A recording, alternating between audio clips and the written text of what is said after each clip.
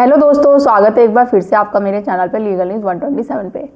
दोस्तों, आज की वीडियो में एक बार फिर से मेंटेनेंस के बारे में बात करूंगी। एक आर्टिकल मैंने पढ़ा है जो कि देखो मोस्टली होता है कि मेंटेनेंस देने के लिए ना देने के लिए हर कोई फाइट करता है, क्योंकि सबसे बड़ा टास्क उन पतियों के लिए यही होता है कि मेंटेनेंस क्यों दिया जाए।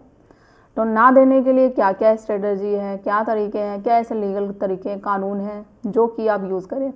तो मेरे आप चैनल पे जाओ, आपको बहुत सारी वीडियो भी मिलेगी, साथ ही जजमेंट भी मिलेंगे। देखो किस बेस पे है जो कि मेंटेनेंस आप देने से बच सकते हैं, या फिर आपकी वाइफ एडल्ट्री में हो कि भाई उसका कहीं रिश्ता है, ठीक है, तो आपने प्रूव कर दिया, साबित कर दिया, और वो बिना किसी रीज़न के गई है, ठीक है, और वो साबित नहीं कर पा रही है। तो ये तो दो रीज़न हुए, या पढ़ी लिखी हुई है जो भी है। तो ऐसे बहुत सारे हैं जो आपको मिल जाएंगे जजमेंट। अब क्या, एक ऐसा जो आर्टिकल मैंने पढ़ा है वो लोअर कोर्ट का ही है, मध्य प्रदेश का। तो उसमें जो ये कोर्ट ने, जज ने फैसला सुनाया पति के पक्ष में, ठीक है, कि वो मेंटेनेंस को खारिज कर दिया। क्यों? क्योंकि साथ में नहीं रहना है।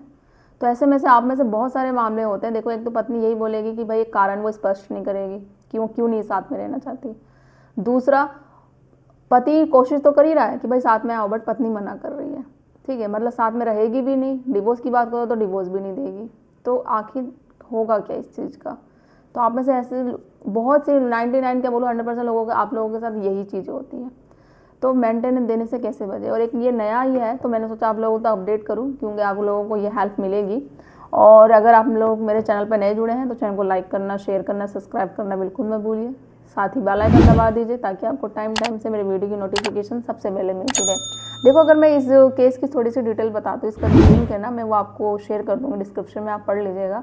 एक्चुअली यह है, ये लोअर कोर्ट का मामला, ठीक है। तो इसका हमें जजमेंट मिल नहीं सकता। हाई कोर्ट, सुप्रीम कोर्ट के जितने होते हैं तो हम तो जाकर डाउनलोड कर लेते हैं उनकी वेबसाइट से, बट ये लोअर कोर्ट नहीं पॉसिबल हो पाता है।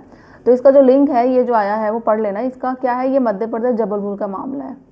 जब वही हस्बैंड वाइफ में लड़ाई हुई, पत्नी चली गई दिसंबर अराउंड कुछ मंथ था, तो 2020 में छोड़ के चली गई।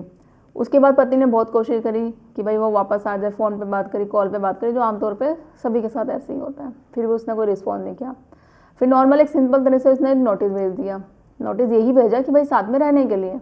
अब भाई बिना पढ़े लिखे यही होता है आमतौर पर। क्या करती है पत्नी, जो पढ़ी लिखी भी होती है ना, चलो जो पढ़ी लिखी नहीं है उसको तो चलो मान सकते हैं कि वो उसने पढ़ा नहीं है, लिखा नहीं है, उसको लोगों ने भड़का दी, भाई तेरे पति ने केस कर दिया तो उस पर नोटिस आया, ये आया, वो आया। अब जो पढ़ी लिखी भी होती है वो भी ऐसी रिएक्ट करती है, अरे यार अगर नोटिस आया है तो देख तो लो कि अगर उसमें है क्या। तो वो ये बात होता है, पति ने नोटिस कैसे भेज दिया कोर्ट से, उसकी हिम्मत कैसी हुई, चलो तो हम केस कर देते हैं। तो उनको लगता है पति ने नोटिस भेजा मतलब उस पर केस कर रखा है। अब ऐसे ही इसके साथ भी हुआ। वो नॉन वर्किंग है, पढ़ी लिखी है, जॉब नहीं करती है। तो पति ने सिंपल नोटिस भेजा अपनी बात रखने के लिए कि तुम वापस आओ, अपना घर बसाओ, ये इस तरीके से रिश्ता नहीं तोड़ा जाता है।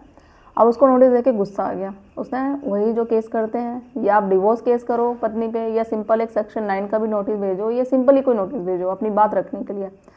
तो आमतौर पे आपको रिप्लाई क्या मिलेगा, केस कर दी जाएंगे आप पे, डीवी का केस 498। तो वही इसके साथ हुआ। अब जब भाई कोर्ट पे केस मामला गया, पति तो हमेशा ही बोलता था मुझे रखना है रखना है, तो उसने अपनी बात यही रखी। जब जज साहब ने पूछा, पत्नी से पूछा कि भाई आप, भाई पति कोशिश कर रहा है, क्योंकि देखो जब भी लोअर कोर्ट मामला जाएगा तो कोई भी ये नहीं कि डायरेक्ट आपको डिवोर्स दे देगा, ये नहीं रहेगा। कोई भी आप केस जाता है तो वो मीडिएशन कराते हैं, काउंसलिंग कराते हैं, साथ में रहने के लिए कोशिश करते हैं कि देखो लड़ाई झगड़ा तो हर किसी में होता है। अब इस तरीके से रिश्ते अगर टूटने लग गए तो फिर तो कोई रिश्ता रहेगा ही नहीं, फिर शादी का मतलब ही क्या हुआ। तो कोर्ट भी यही ट्राई करता है कि काउंसलिंग करवाएगा, मेडिटेशन सेंटर में भेजेगा, इस तरीके से। अब पति ने अपनी बात रख दी। पति से पूछा गया कि भाई तुम्हारा पति तो तुम्हें लेके जाना चाहता है, तो तुम क्यों नहीं जा रही हो, वापस जाओ करके, तुम्हारे पास इतने विकल्प है, सारी चीज़ें हैं। तो उसने साफ मना कर दिया कि भाई और मेंटेनेंस का केस करेगा कि मुझे मेंटेनेंस चाहिए, बोलने लगे। तो कोर्ट ने क्लियर कहा कि अगर जो पत्नी अलग रह रही है और साथ में नहीं रहना चाहती पति के, बिना रीज़न के, ठीक है, और साफ मना कर रही है, पति तो चाहता ही है, तो वो मेंटेनेंस की भी हकदार नहीं है, उसको कोई मेंटेनेंस नहीं मिलेगा अगर साथ में रहनी रहती। अलग रहने वाली पत्नी अब मेंटेनेंस की बिल्कुल हकदार नहीं, क्योंकि उसको विकल्प दिया गया कि भाई पति तो चाह रहा है, हर तरीके से कोशिश कर रहा है, उसने आने के लिए भी किया। तो साफ बोल दिया गया कि जो पत्नी अपने पति के साथ नहीं रहने का विकल्प चुनती है कि भाई मुझे इसके साथ रहना ही नहीं है, उसके पास ऑप्शन है साथ में रहने का, पति बोल रहा है, बट उसने विकल्प क्या चुना कि मुझे नहीं रहना है, तो वह भरण पोषण की हकदार नहीं है। क्लियर बोल दिया गया इसमें। यह निर्णय जबलपुर निवासी द्वारा एक आवेदन के जवाब में आया, जिसका प्रतिनिधित्व अधिवक्ता GS ठाकुर है। उन्होंने ये फैसला किया था।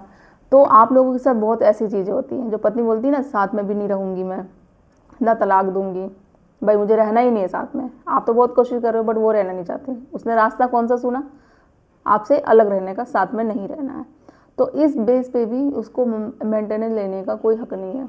नॉन वर्किंग भले क्यों हो, पढ़ी लिखी हो, वो जॉब ना कर रही हो, फिर भी उसको मेंटेनेंस नहीं दिया जाएगा। एक तो ये होता है ना, चलो पढ़ी लिखी है या जॉब भी कर रही है, तो होता है कि भाई आपकी पत्नी अगर जॉब कर रही है तो उसको मेंटेनेंस नहीं दिया जाएगा। नहीं भी कर रही हो ना, और उसने रास्ता ये चुन रहा हो कि भाई मुझे साथ में नहीं रहना, पति के ससुराल नहीं जाना, तो भी वो मेंटेनेंस की हकदार नहीं है।